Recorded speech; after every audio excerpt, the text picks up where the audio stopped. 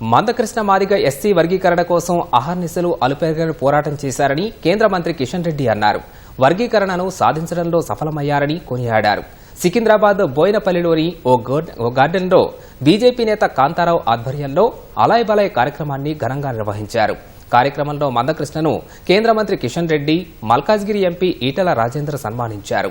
దివ్యాంగుల పింఛను, గుండె సమస్యలున్న చిన్నారులకు చికిత్స విషయంలో మందకృష్ణ చేసిన కృషి ఎనలేనిదని కిషన్ రెడ్డి కొనియాడారు.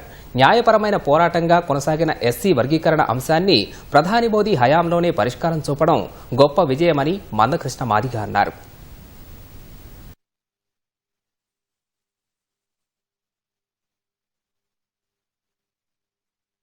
ఎస్సీ వర్గీకరణ జరగాలని అనేక సంవత్సరాల పాటు పోరాటం చేసి సుప్రీంకోర్టులో విజయం సాధించి ఈరోజు ఈ యొక్క వర్గీకరణ అమలు జరిగేటువంటి పరిస్థితికి ప్రధాన కారకులు, ప్రధాన ఉద్యమకారుడు మందకృష్ణ మాదిగ.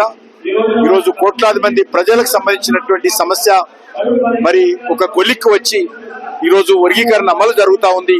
ఈ సందర్భంగా వారికి నేను మనస్ఫూర్తిగా అభినందనలు తెలియజేస్తా ఉన్నాను.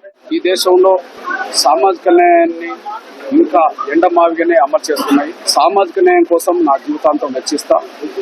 కుల వ్యవస్థ లేని ఒక నూతన దేశాన్ని, ఆర్థిక అసమానతలు లేని ఒక సమాజాన్ని కోరుకునే ఒక వ్యక్తిగా, పేదరికం, కుల వ్యవస్థ ఎదుర్కొన్న వ్యక్తిగా, ఆ కుటుంబం నుంచి ఆ కులం వచ్చిన వ్యక్తిగా ఈ దేశంలో కుల వ్యవస్థ సంపూర్ణంగా తొలగిపోయే విధంగా, అదే సమయంలో పేద ధనిక అనే తారతమ్యం లేని ఒక అందరూ సమానమనే ఆర్థిక వ్యవస్థ అందరూ బాగుపడే విధంగా రాబోయే రోజుల్లో నా ప్రయాణం వాటి కోసం ప్రయత్నం చేస్తాం.